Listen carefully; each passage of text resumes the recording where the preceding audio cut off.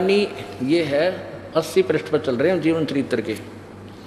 यानी बुक्की जी अभ्यास के समय देखो, यह यहाँ तक कि जिस किसी को जब कोई बात स्वामी जी से अर्ज करनी होती थी तो वे बुक्की जी कोई ट्रांसफार्मर था या कोई रेडियो स्टेशन था, उसमें बोल रहा था, और कितनी बात कर सकते थे तुम, वो भूतता था उसमें।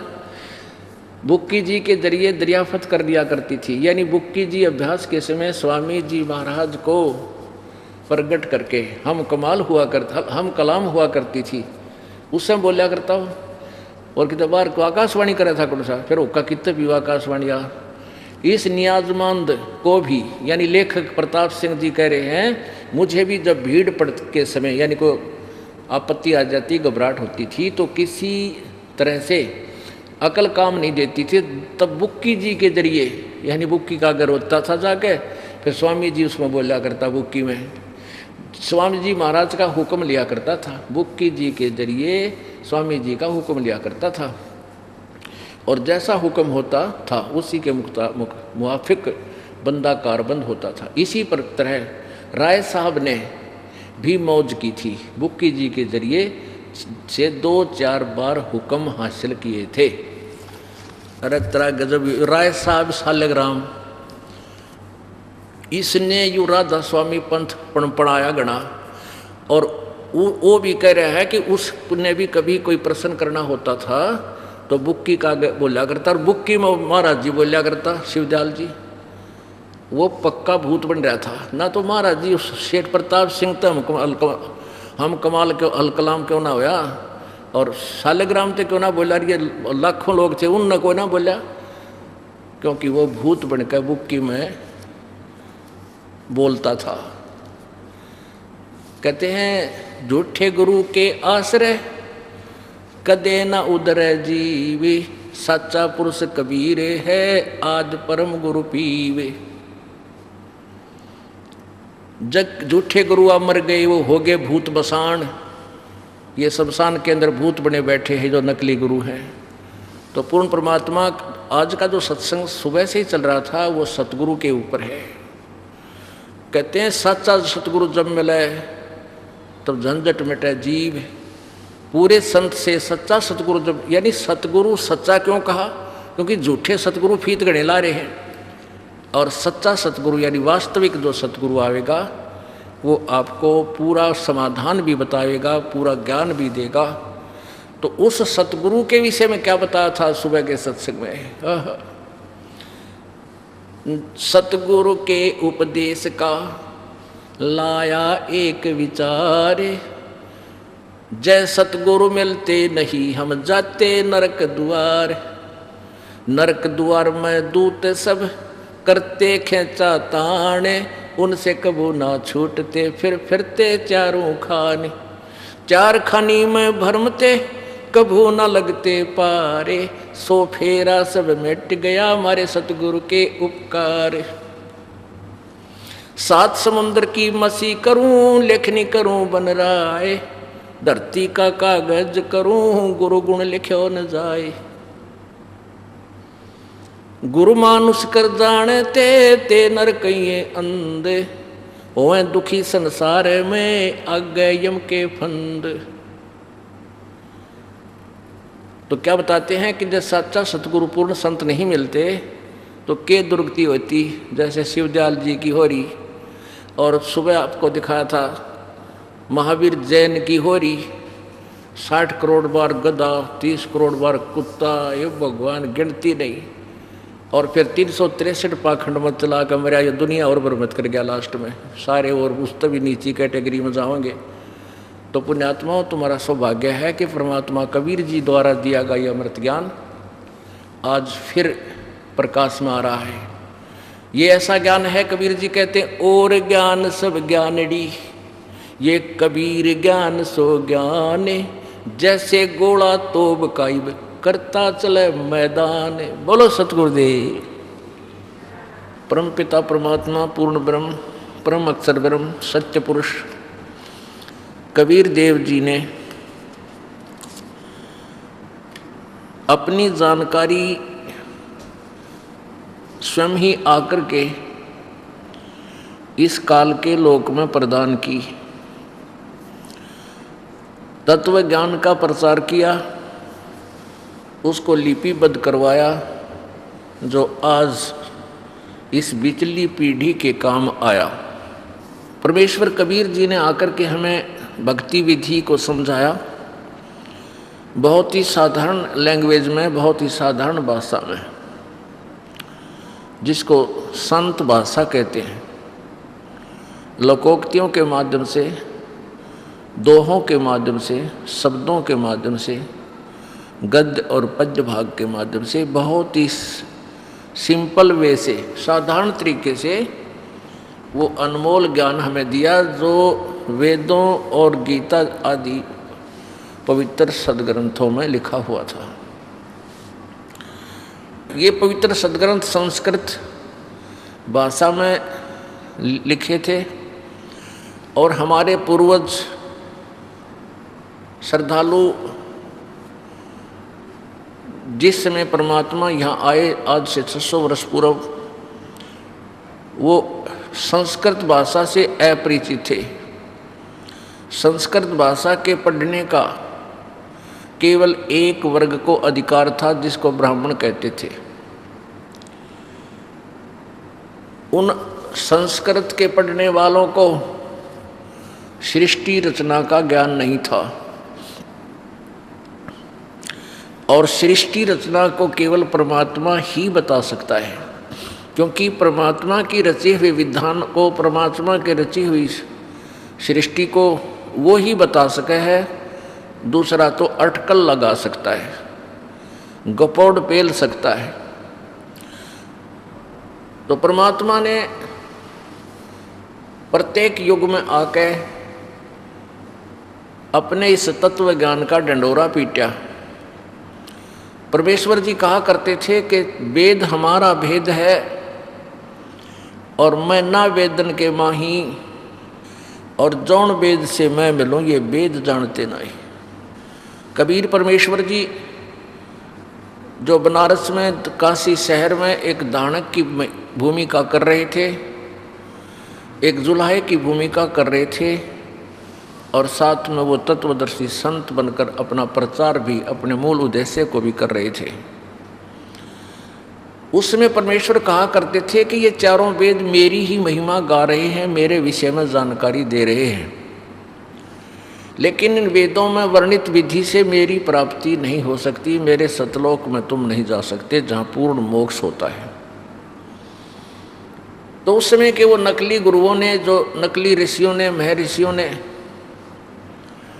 उन तत्वज्ञानहीनों ने परमेश्वर कबीर जी की बहुत बुराई की जनसाधारण में, कि वो अपने आप को खुदा कहता है, वो अपने आप को परमात्मा कहता है, वो कहता है मैंने ही सारे ब्रह्मांड रचे हैं और वेदों में मेरी ही महिमा है। तो वो नकली लोग कहा करते थे, ऋषि, महर्षि, गुरु, ब्राह्मण, कि ये संस्कृत भाषा नहीं जानता है, इसको क्या पता वेदों और गीता में क्या लिखा है, ये झूठा है, कपटी है, इसकी बातों में, बहकावे में मत आना, ये वेदों और गीता के विरुद्ध बोलता है।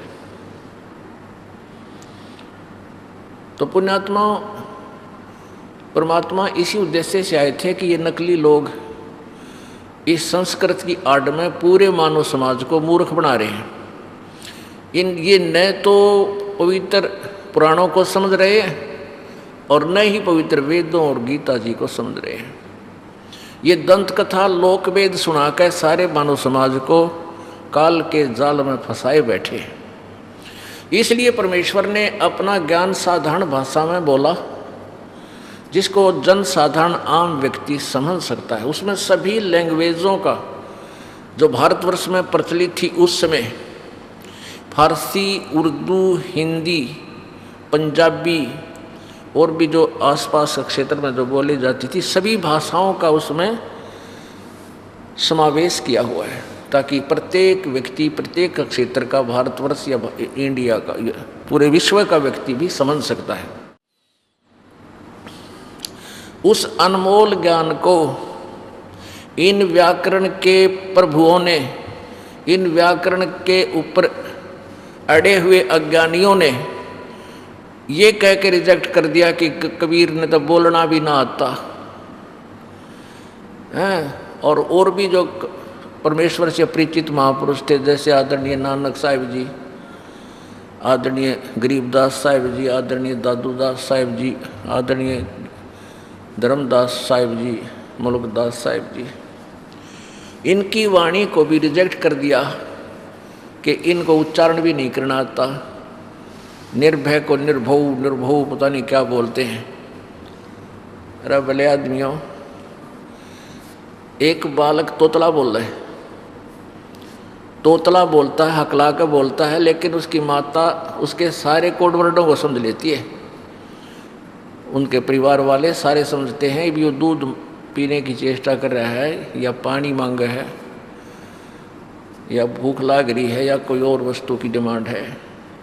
और तोतला बोलता बालक माता पिता को और गणा प्यारा लग गया करके, वो छोटा छोटा होता उसमें। तो ऐसे ही परमात्मा ने वो यथार्थ ज्ञान जो सच्चे हृदय से और सत्य कहा गया होता है, जिसको ये हम पढ़ते और बोलते और सुनाते हैं, उसको परमात्मा अत्यधिक प्रसन्न होता है।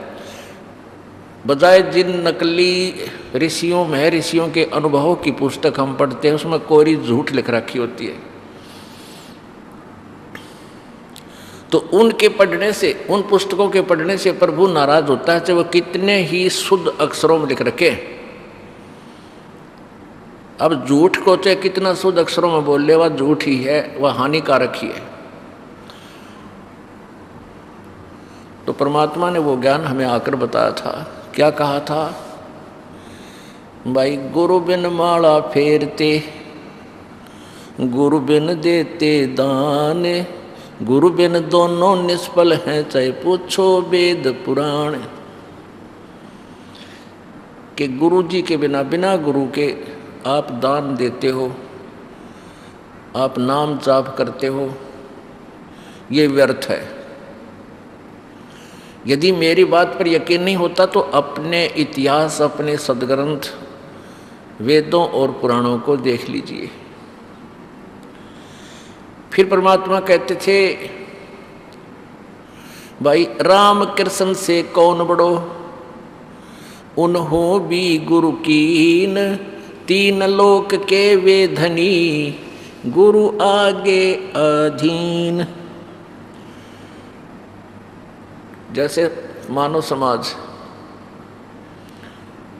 भ्रमित हो चुका है, जिस भी संत या पंथ से वो संबंधित हो जाता है, जहाँ उसके विचार सुनता है, प्रत्येक के विचार अपने अपने न्यारे न्यारे होते हैं, भिन्न भिन्न होते हैं। अब जैसे राधा स्वामी पंथ, ये हिंदुस्तान में एक नंबर में सबसे ज़्यादा जनसंख्या रखता है, एक नंबर पर है। और इनका भी विधान यही है। कबीर जी की वाणी पढ़कर ये कहते हैं कि वक्त गुरु का होना अति आवश्यक है। ये ठीक बोलते हैं। और ये भी कहते हैं कि वक्त गुरु नहीं है जिनका, वो उनकी साधना व्यर्थ है, वो काल के एजेंट, काल के मुख में जाएंगे। तो श्री शिवदयाल जी महाराज जो राधा स्वामी पंथ के प्रवर्तक हैं, उनका कोई गुरु नहीं है। तो ये तो वहीं से ही बात बिगड़ दी। आगे से नकली गुरु बनाए रहो, एक दूसरे ने क्या लाभ हुआ उससे? तो यहाँ भी फिर विचलित हो जाता प्राणी जब उसको तत्व ज्ञान से परिचित होता है वो, कि भाई शिवदयाल जी ने कोई गुरु नहीं बनाया। इसीलिए तो भूत बनकर और बुक्की में बोला। तो पुण्यात्माओं, कोई कहता है गुरु की आवश्यकता ही नहीं, सब अध्याय कर ले। कोई कहता है कोई एक गुरु बना लेना चाहिए, गुरु के बिना मोक्ष नहीं। अरे भले आदमियों, फिर क्या उदाहरण देते हैं कि नारद ने झीमर गुरु बनाया था। झीमर जो मछियारा था, मछली पकड़ा करता, और उस कालू झीमर ने उसका उद्धार कर दिया। तो यहाँ आकर डट गए कि कोई किसी ने गुरु बना ले, गुरु होना चाहिए। नहीं, ये भूल है इंसान का। गुरु पूरा हो और चेला भी आखिरी सांस तक मर्यादा में रहे, तब मोक्ष होता है। अब कालू झीमर कौन था, इसके इतिहास से परिचित नहीं है। जैसे पहले एक ब्राह्मण जाति में जन्मा हुआ व्यक्ति डाकू हो गया, और डाकू हो गया तो बहुत भयंकर डाकू हो गया, प्रसिद्ध हो गया, उस क्षेत्र में कोई नहीं जा, उस वन में जहाँ वो रहता था। कहते हैं एक बार सप्तऋषि उधर चले गए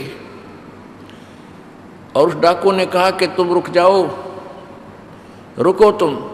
वो क्या करता था, पहले मारता था और पीछे लूटता था और काट के उंगली कहते हैं अपने गले में टांग लेता था कि मैंने कितने आदमियों को मार लिया, गिनती करने के लिए। तो महर्षि नहीं रुके, सप्तऋषि नहीं रुके, चलते रहे। फिर उसने कहा रुक जाओ, नहीं तो मैं तुम्हें मार डालूंगा। अब ऋषि कहने लगे, ले भगत हम तो रुक गए, तू कद रुकेगा? हम तो रुक गए, क्योंकि उन पूरी कॉन्फिडेंस के साथ उसका सामना किया, नहीं तो उसकी तब शक्ल देखते कि गिबत जाया करती इंसान की। तब उसने देखा कि तो बड़े धड़ाके से बोल रहे हैं, उसके अंदर का वो शत्रु जो खुरापात था वो दब गया, एकदम सुन्न हो गया वो। उसने पूछा क्या बात, कि हम तो रुक गए, तू कद रुकेगा ये जुल्म करने से? क्या तू ये जुल्म जो कर रहा है इसके तेरे घर वाले हिस्सेदार हैं? जो तू पाप कर रहा है, क्या तेरे घर वाले, तेरी पत्नी, तेरे पुत्र इस पाप को डिवाइड कर लेंगे? वो कहने लगा कि हाँ करेंगे वो, क्योंकि मैं यहाँ से लूट कर धन ले जाता हूँ, वो मेरा परिवार पोषण हो रहा है, वो मेरे पाप के भागी होंगे। तो ऋषियों ने कहा कि नहीं, तेरी भूल है, पहले घर पता करके या फिर हमें मार देना, लूट लेना हमारे पास जो रखा है। तो उसने कहा कि तुम भाग जाओगे। ऋषियों ने कहा कि हमें बांध दे प्रत्येक वृक्ष के। उसने न्यारे न्यारे सातुओं को अलग अलग बांध दिया, पीछा हाथ करके घर गया।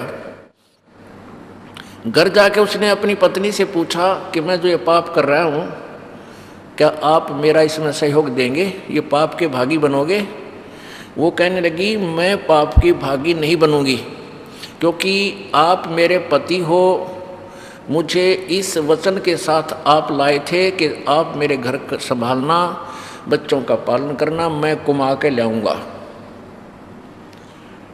अब मेरे लेखे तू मजदूरी कर, मेरी तरफ से चाहे तू डाके मार, मैं अपना काम कर रही हूं, इस पाप का भागी तू होगा। फिर बच्चों से पूछा, बच्चे भी कोई 10 वर्ष का, कोई 12 वर्ष का, कोई 15 वर्ष का। और पहले सभी ब्राह्मण लोग अपने बच्चों को गुरुकुलों में भेजा करते थे ऋषियों के पास शिक्षा देने के लिए, लेने के लिए। तो गुरु लोग तो शिक्षा अच्छी ही देते हैं। तो उन्होंने कहा कि नहीं पिताजी, हम आपके किए हुए पाप के भागी बिल्कुल नहीं होंगे, आप अपने कर्मों के पास स्वयं बैठोगे।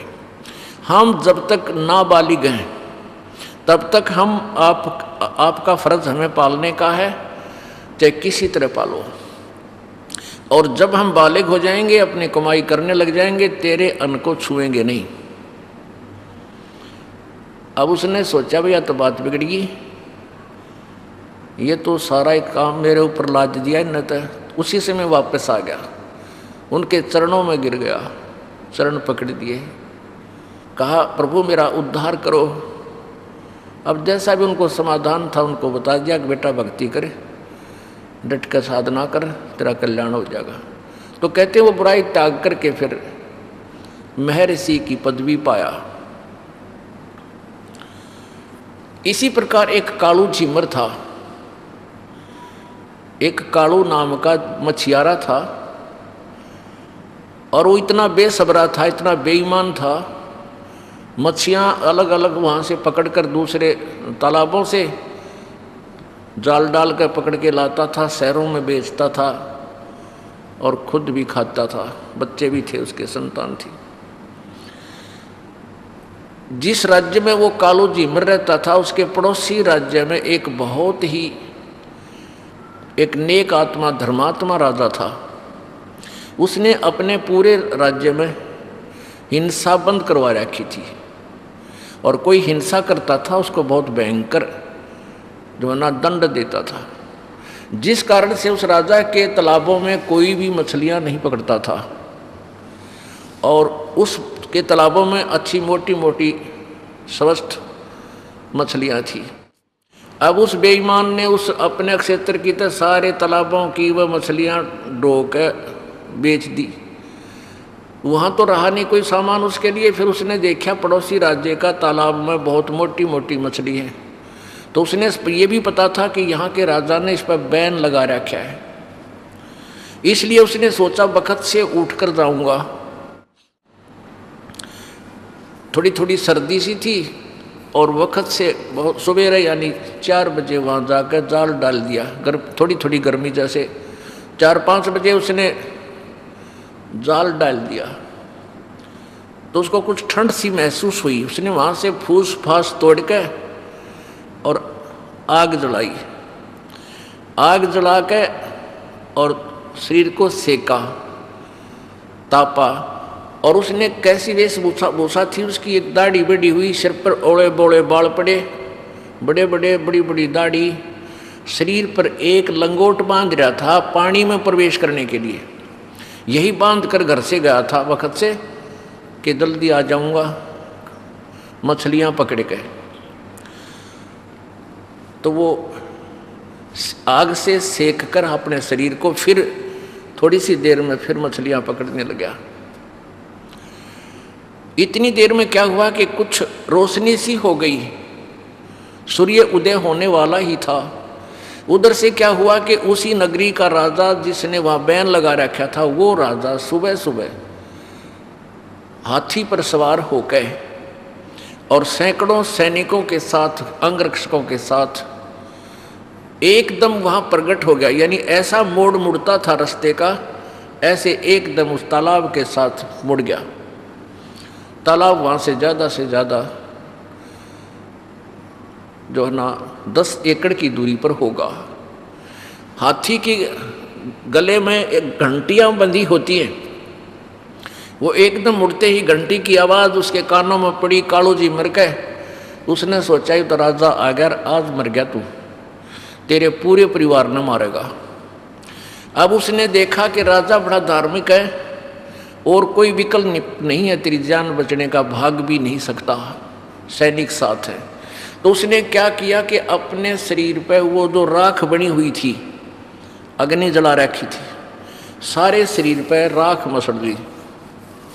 लंगोट बांध रहा था, दाढ़ी बड़ी हुई थी, सिर पर केस बड़े बड़े थे और डरता बैठ गया आंख मीच कर धुने का ऊपर। वो धुना सा बन गया उसका, वो आग जलाई थी उस पर बैठ गया उसके पास।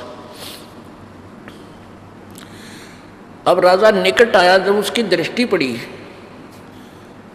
कि भी तालाब के आसपास साधु संत ही बैठा करते हैं और जो उस कालू ने वो मछलियां पकड़ रखी थी, वो जालबीर मछली भी तालाब में फेंक दिए।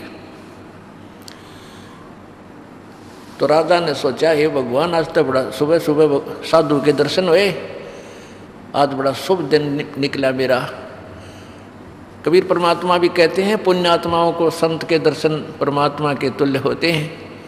साधु दर्शन राम का मुख पर बसे सुहाग, और दर्श उन्हीं को होते हैं जिनके पूर्ण भाग।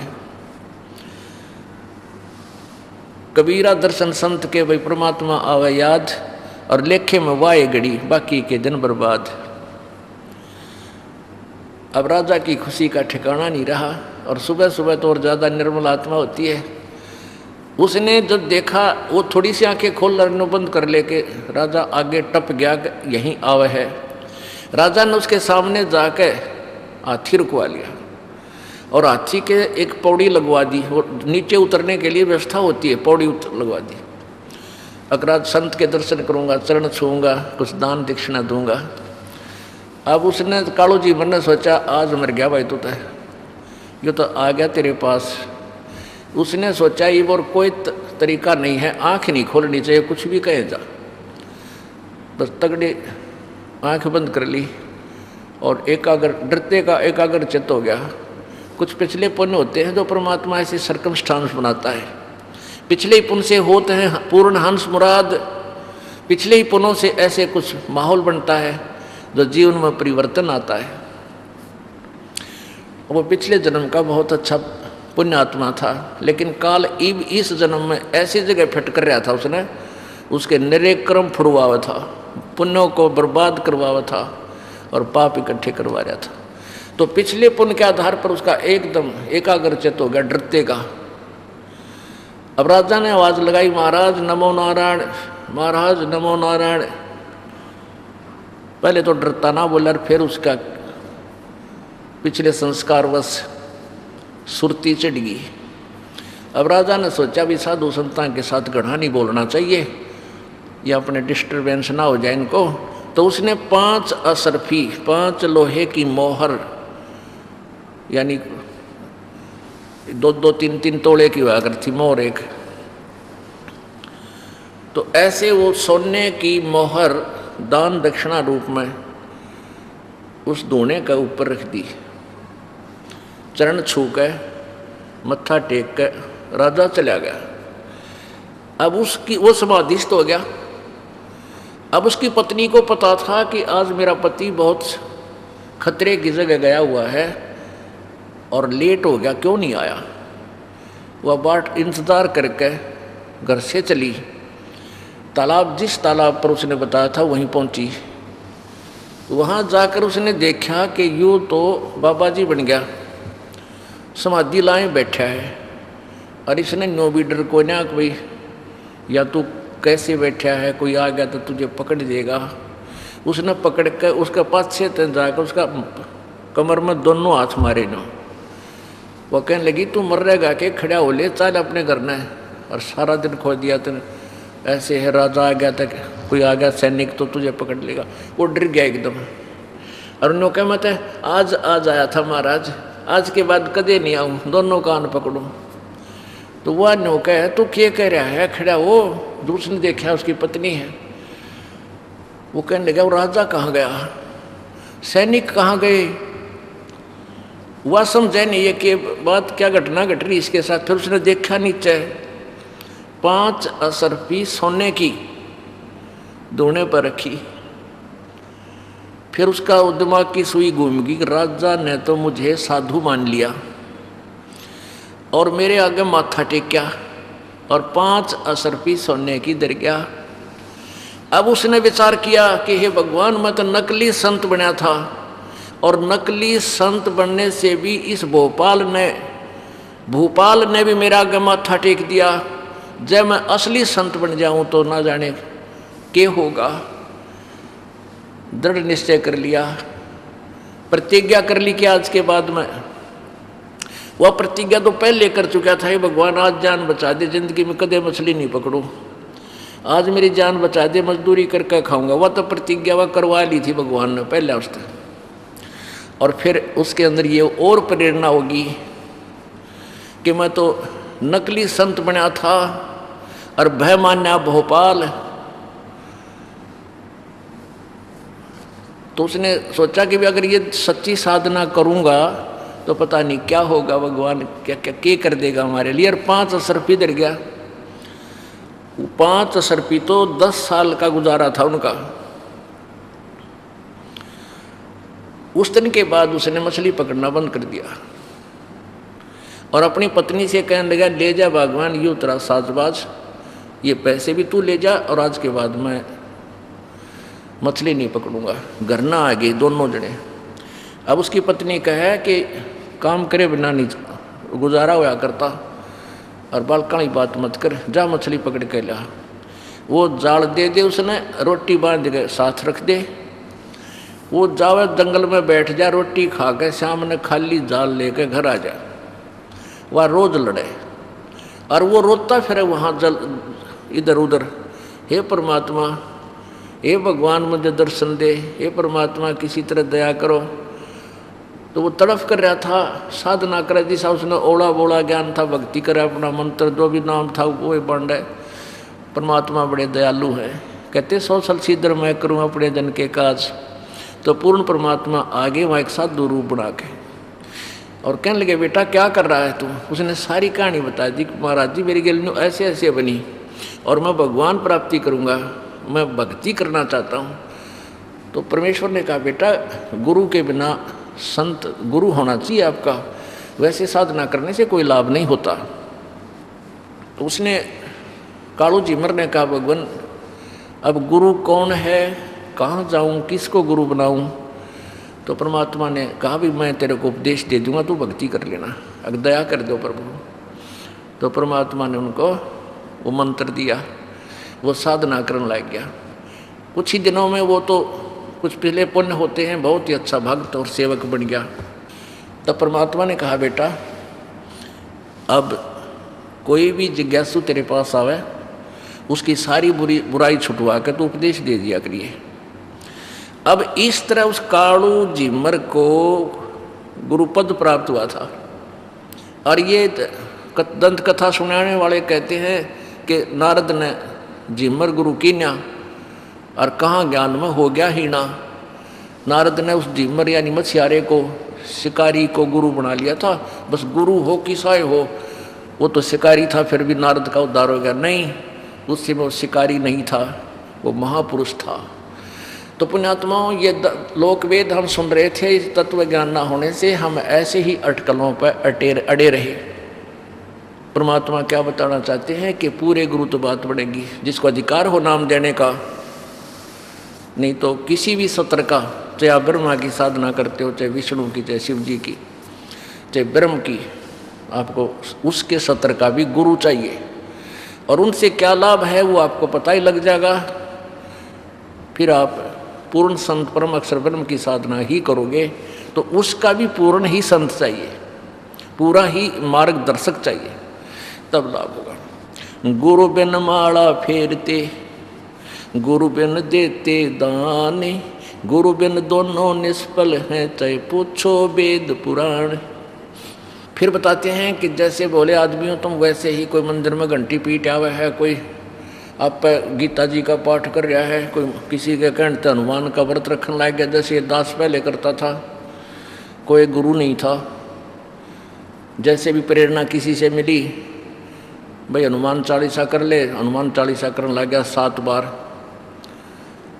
मंगलवार का व्रत रखना चाहिए, मंगलवार का व्रत शुरू कर दिया।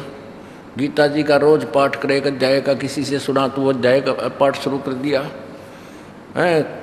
ऐसे जैसे ये थी हमारी मनमुखी साधनाएं।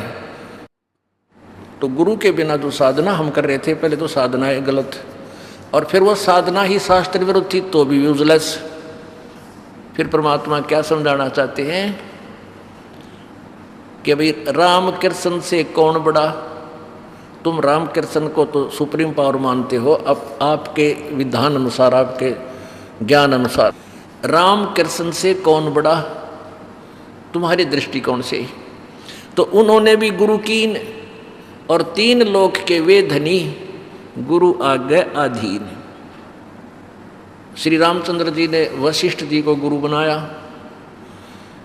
भगवान श्री कृष्ण जी ने दुर्वासा जी को गुरु बनाया। यहाँ आपने सुना है कि श्री कृष्ण जी के गुरु संदीपनी जी थे। संदीपनी जी तो टीचर थे, अक्षर ज्ञान कराने वाले, और आध्यात्मिक गुरु जो थे वो दुर्वासा जी थे। कहते हैं रामकृष्ण से कौन बड़ा, उन्हें भी गुरु कीन, और 3 लोक के वे धनी, गुरु आज्ञा अधीन। यानी गुरु जी के सामने, चाहे वो भगवान अवतार थे, 3 लोक के मालिक भी थे, राजा भी थे, तो भी गुरु और शिष्य का नियम नाता ऐसा ही होता है कि वो भी गुरु जी के सामने नतमस्तक होते थे, मत्था टेकते थे।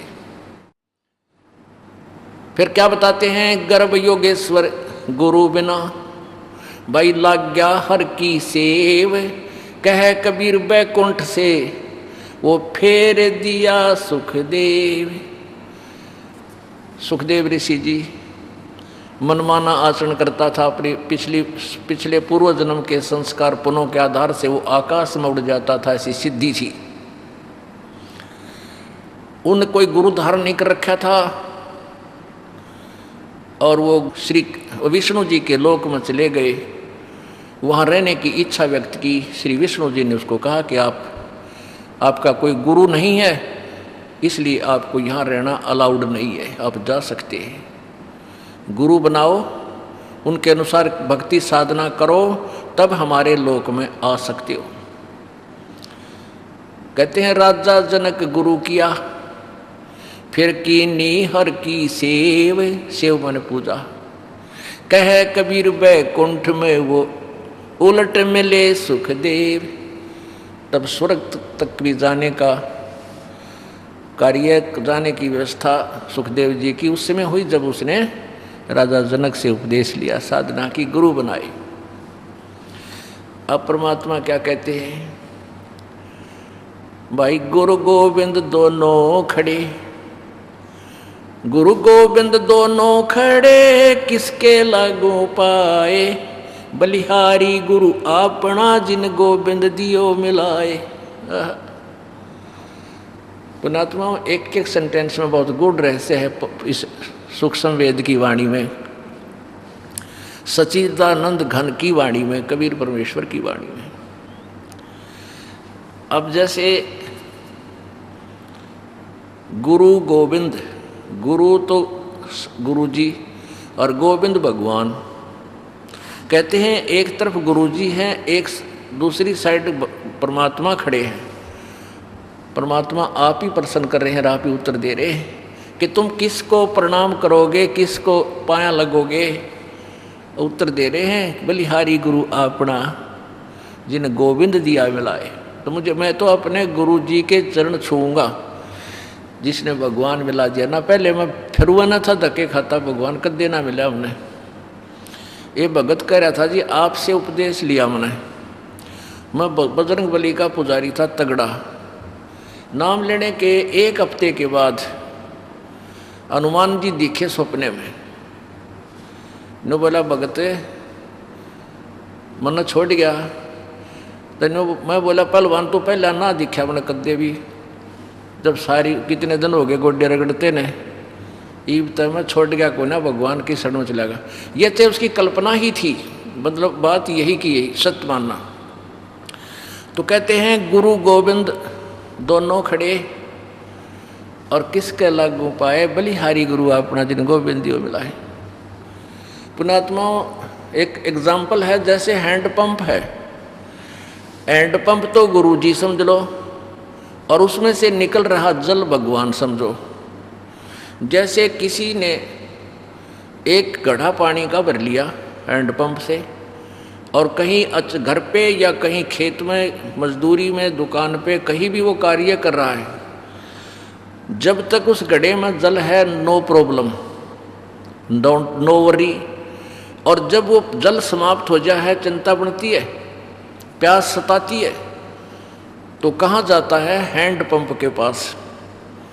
उस हैंडपंप से फिर अब मटका भर लाता है घड़ा, और फिर आनंदित हो जाता है।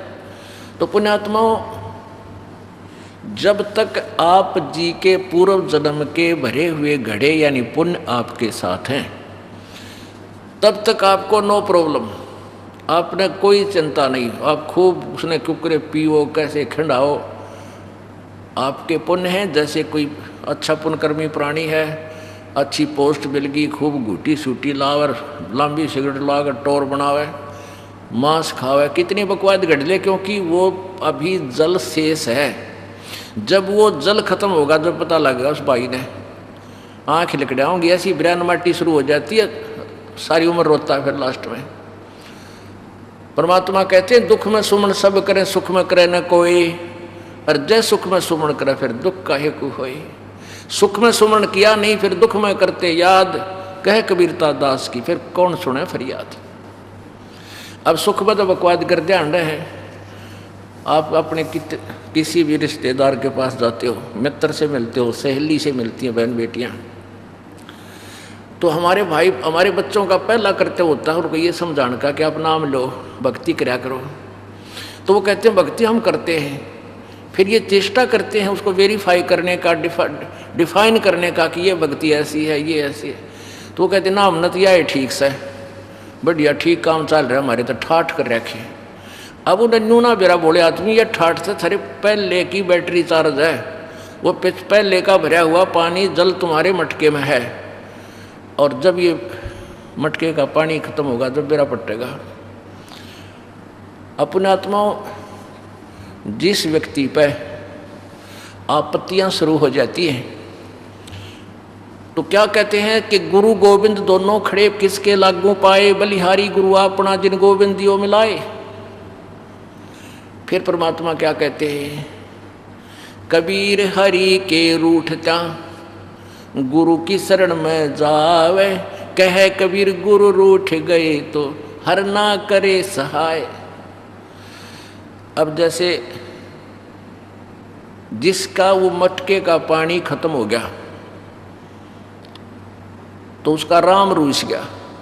अब जैसे किसी व्यक्ति के ऊपर आपत्तियां शुरू होगी, एक से एक आपत्ति आ रही है, वो खुद कहता है कि हमारा भगवान रूठ गया, हमारा तो राम रूठ रहा है, 2 भैंस मर गई, 1 बालक लड़का मर गया, ऐसी हानि होगी, फलाना काम बिगड़ गया, बच्चा बीमार हो रहा है, तो कहते हमारा राम रूठ गया। अब राम रूठ गया तात्पर्य जैसे वो घड़े का पानी खत्म हो गया। अब घड़े का पानी खत्म हो गया तो उसका विकल्प क्या है कि हैंड पंप पर जाइए और फिर उसको सेवा करें उस हैंड पंप की, वेंडर ने हिलावे और वो पानी निकाल लीजिए। और यदि आपने वो जल हैंड पंप खराब कर दिया, हैंड पंप का हमारी लात गिर दिया ठाक एक तरफ ना, वो आपका गुरु रूठ गया। अब गुरु रूठ गया यानी हैंड पंप टूट गया, खराब हो गया, तो जल नहीं मिल सकता। आपके मटके में जल खत्म हो गया तो हैंड पंप से भर जाइए, हैंड पंप को सुरक्षित रखिए, उसको रुसाइए मत ना, खराब मत करिए, तो फिर तेरा काम चला रहेगा। कहते हैं कबीर हरि के रूठत्या गुरु की शरण में जावे, और कह कबीर गुरु रूठ गए तो हर नहीं करे सहाय। अब आप समझ गए होगे अच्छी तरह कि जैसे जल खत्म हो गया मटके में, हैंड पंप तो भर लिया है, और हैंड पंप ही खराब कर लिया तो मैं उसकी केयर टेक करी नहीं, फिर वो गुरु रूठ गया। अब गुरु रूठ गया तो पानी नहीं मिला, भगवान नहीं मिला है, और जल नहीं मिला तो साथ आएगी, मौत को मृत्यु को प्राप्त हो जाओगे। तो ऐसे ही परमात्मा कहते हैं कबीर हरि के रूठते गुरु की शरण में जा। जैसे आपके पुण्य क्षीण हो गए, दुर्गति शुरू होगी, आपत्ति आने जाएगी, तो पूर्ण संत की शरण में फिर जाओ उस हैंड पंप के पास, और वहाँ सेवा कर उसकी, जैसे वो जिससे वो पानी निकला उस तरीके से उसको खुश कर, और फिर अपना मटका फिर भर लिया और फिर सुख हो जाएगा। गुरु गोविंद दोनों खड़े किसके लागू पाए, बलिहारी गुरु अपना जिन गोविंद दियो मिलाए। कहते एक तरफ हैंड पंप है, एक तरफ मटके में जल, वो भगवान है। अब किसको पसंद करोगे? अंडरस्टूड है, कहते हैं बलिहारी नलका जिसने जल प्राप्त करवा दिया, और जल हैंड पंप ठीक है तो कितना है भगवान ले लिया, कितना जल भर लिया उसमें तो। ये ऐसा ही विधान है प्रभु का। तो हमने परमात्मा के विधान से परिचित होकर ही कोई कार्य करना चाहिए, नहीं तो दौड़ में लठ मारने का।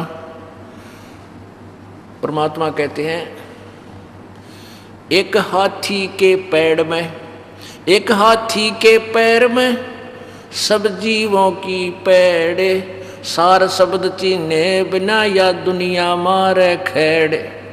टक्कर मारते आंडे है उस वास्तविक ज्ञान को ना प्राप्त करके। कोई मंदिरों में जाते हैं, कोई मस्जिदों में जा रहे हैं, कोई तीर्थों पर जा रहे हैं, कोई हठ योग कर रहे हैं, कठिन तपस्याएं कर रहे हैं, कोई व्रत रख रहे हैं। अब बिना ज्ञान के डले कैसे ढोते हैं। एक बार एक बहन पहले किसी दूसरे पंथ से संबंधित थी, दुखी गणी होगी, फिर यहाँ दास के पास करौथा में किसी उसकी बहन भाई के कहने से आई, नाम ले लिया, बहुत सुख हुआ। फिर उसने अपनी बहन से चर्चा चलाई कि आप नाम ले लो ऐसे ऐसे। तो वो फिर समझा बुझा के ले आई। जब थोड़ी संगत होती थी हम काफ़ी देर बैठे रहते थे, पूरी डिस्कस से समझाया करते थे। अब तो हमने सीडी बना दी है, इसको देखो सुनो समझो, अच्छी तरह समझ सकते हैं बच्चे। तो वो नाम मना कर गई, नहीं बोली जी मैं नाम ना लूँ। मैं क्यों नहीं ले बहन बता, कि मैं तो जो साधना करती हूँ न छोड़ूँ को ना।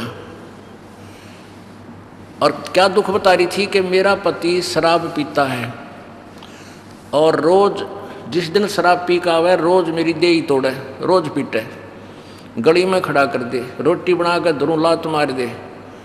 यानी उसके उस दिन 12-1 बजे तक इतना पढ़ना लेट सो नहीं जाता, इतना वो ड्रामा। और मेरी साथ रोज रहे, कुछ तंत्र मंत्र बता दो वो ठीक हो जाए। हमने कहा भी नाम ले ले, नाम लेने से परमात्मा सुनता है, सद्बुद्धि दे देगा आपके पति को भी। ने बोले जी साधना मैं करती हूँ, मैं छोड़ वो साधना नहीं छोड़ सकती। मैंने उस पूछा वे क्या साधना करती है। उसने बताया मैं शुक्रवार के व्रत रखती हूँ और भी 2-4 साधना बताई। तो मैंने उससे पूछा कि शुक्रवार के व्रत की कथा का बेरा है तने? बोली इतना बेरा मैंने घना साथ है। मैं कहा सुन ले, शुक्रवार की संतोषी माता का व्रत है ना? कहाँ जी। उसके व्रत की कहानी है कि एक बहन का पति किसी दूसरे क्षेत्र में धन कमाने गया था और वो 10 वर्ष को नहीं आया। उसने संतोषी माता दिखी, उसने कहा तू मेरे 16 शुक्रवार के व्रत रख ले और फिर तेरा पति आ जाएगा।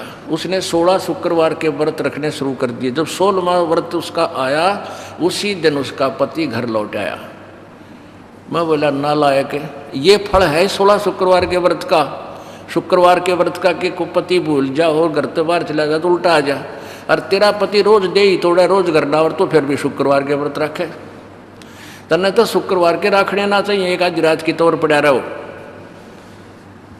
फिर वह पहले तो खूब आसी, फिर सोचूंगी देखूंगी है क्रमीन ये भी सोचेंगी देखेगी। तो ऐसे अपनी मनमुखी साधनाएं करने से आपको कोई भी लाभ नहीं हो सकता। गीता जी अध्याय नंबर 16 के श्लोक नंबर 23 में कहा कि शास्त्र विधि को त्याग कर जो मनमाना आचरण करते हैं, मनमानी पूजाएं करते हैं, उनको उनकी न तो कोई गति होती है, न उनको कोई सिद्धि प्राप्त होती है, न ही कोई सुख होता है। अपनात्मा आप सदग्रंथों को पढ़ते थे लेकिन समझते नहीं थे, केवल रट्टा लगा रखा था।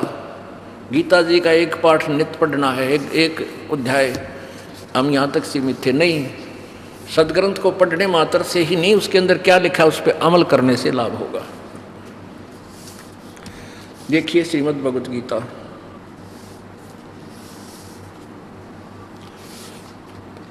ये गीता प्रेस गोरखपुर से प्रकाशित है, जयजाल गोविंद का इसके अनुवादक है।